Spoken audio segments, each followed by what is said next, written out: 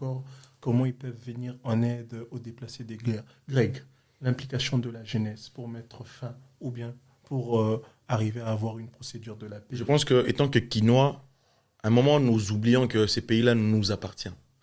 Je pense que Congolais, à un moment, ils pensent que le pays appartient au gouvernement. Tout à fait. Ça, c'est très vrai. Ouais. On oublie que ce pays-là nous appartient à nous tous. Nous laissons toutes les tâches, toutes les structures ou bien toutes les réglementations qu'au gouvernement. Si ça ne marche pas, on dit c'est le gouvernement qui n'a pas fait. On n'a pas d'emploi, c'est le gouvernement qui ne crée pas d'emploi. Et à c'est le gouvernement. Et pourtant, nous sommes tous participatifs. On doit tous jouer un rôle dans ces pays. C'est pour ça que nous avons des droits et des obligations. On peut bien t'arrêter aujourd'hui, oh, c'est mon droit, mais tu as aussi des obligations envers l'État. Que nous, en général, les Quinois, nous ne respectons pas et nous n'accomplissons pas. Cette guerre-là, aujourd'hui, nous nous retrouvons dans une situation où le pays n'a jamais été prêt. On dirait cette guerre, on dirait c'est une guerre surprise. Pourtant, ça fait 30 ans que ça dure. On se retrouve dans un point où c'est comme si on n'a jamais été prêt. On dirait qu'on ne savait pas qu'il y avait des rebelles qui vivaient dans les montagnes là-bas à Goma. On dirait qu'on ne savait pas qu'on avait rejoint ces gens-là. On dirait qu'on ne savait pas. Et pourtant, il y a Massissi, il y a Minembwe, il y a toutes ces villes-là qui tombent. On facilement. le savait.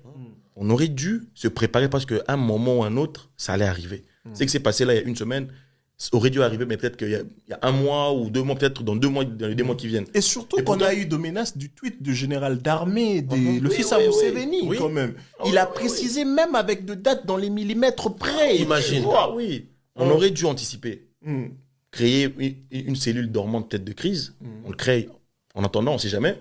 On crée des solutions au cas où il y a des nouveaux déplacés. Parce qu'il y a toujours aujourd'hui, il y a toujours des déplacés. Depuis 2012, tu sais, les gens qui sont déplacés depuis 2012, ils sont encore en train de bouger encore aujourd'hui. Ils ne savent même pas où le mettre. Oui, il y a des gens qui ont perdu de gens dans les déplacements. On aurait dû anticiper tout ça et se dire que le jour où ça viendra, on sera prêt.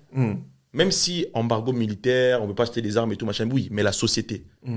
C'est pour ça que notre pays a un sérieux retard. Nous qui vivons en Europe, nous connaissons la réalité qui est ici. Quand on voit maintenant le reflet de ce qu'on a laissé au Congo, on se dit, c'est un vrai bourbier.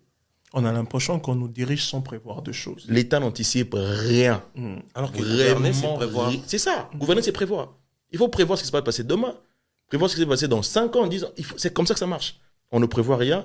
Et même nous, jeunes, surtout nous, jeunes Quinois, pensons que le Congo, c'est Kinshasa.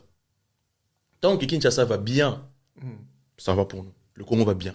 Nous, Quinois, en tout cas, je suis né à Kin, je sais comment nous réfléchissons bêtement. On pense que si Kinshasa est bien, le Congo l'est aussi. Or, c'est pas ça. Parlons des ONG. Les ONG